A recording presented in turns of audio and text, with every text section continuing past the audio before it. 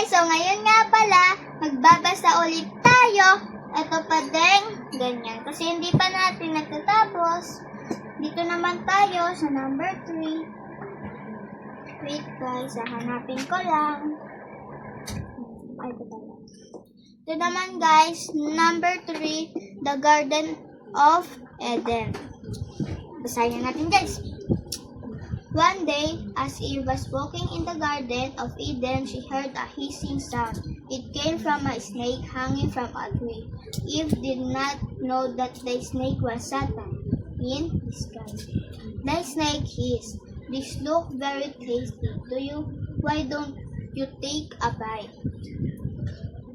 This looks very tasty.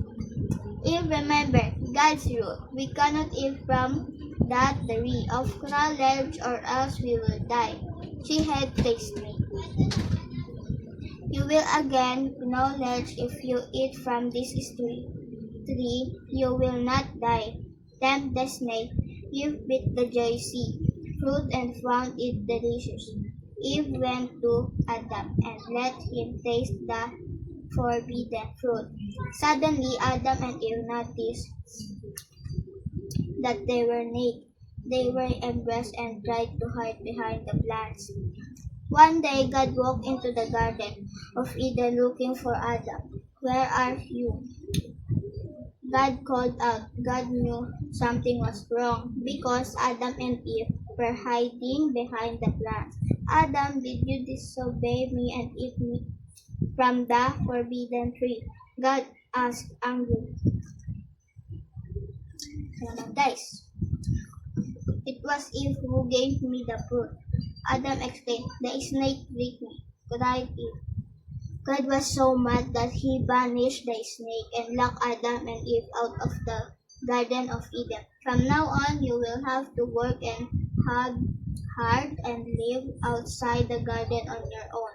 God gates of Eden, they stopped the human from getting. God punished Adam and Eve so that they will always remember to obey His orders. God was mad but He still loved Adam and Eve and watched over them.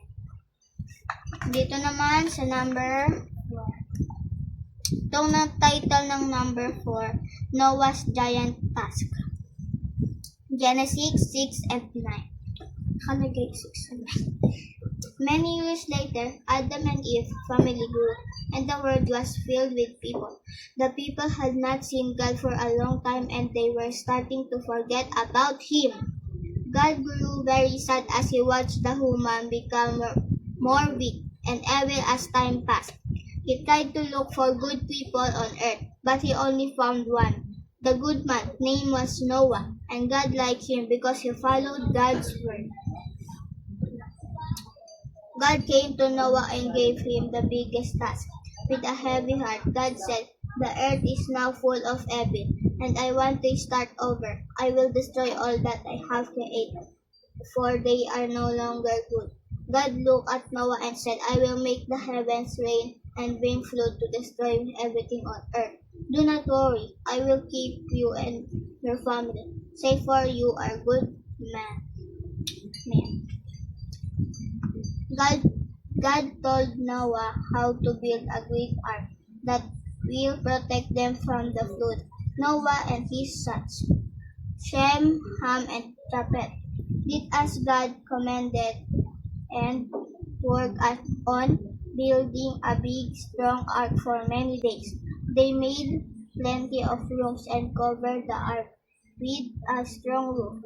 Noah and his sons followed all of God's instruction, and this made God very happy. So ayun lang guys, bye bye. Thank you for watching. Don't forget to follow and like. Bye bye. Sana mag-enjoy kayo.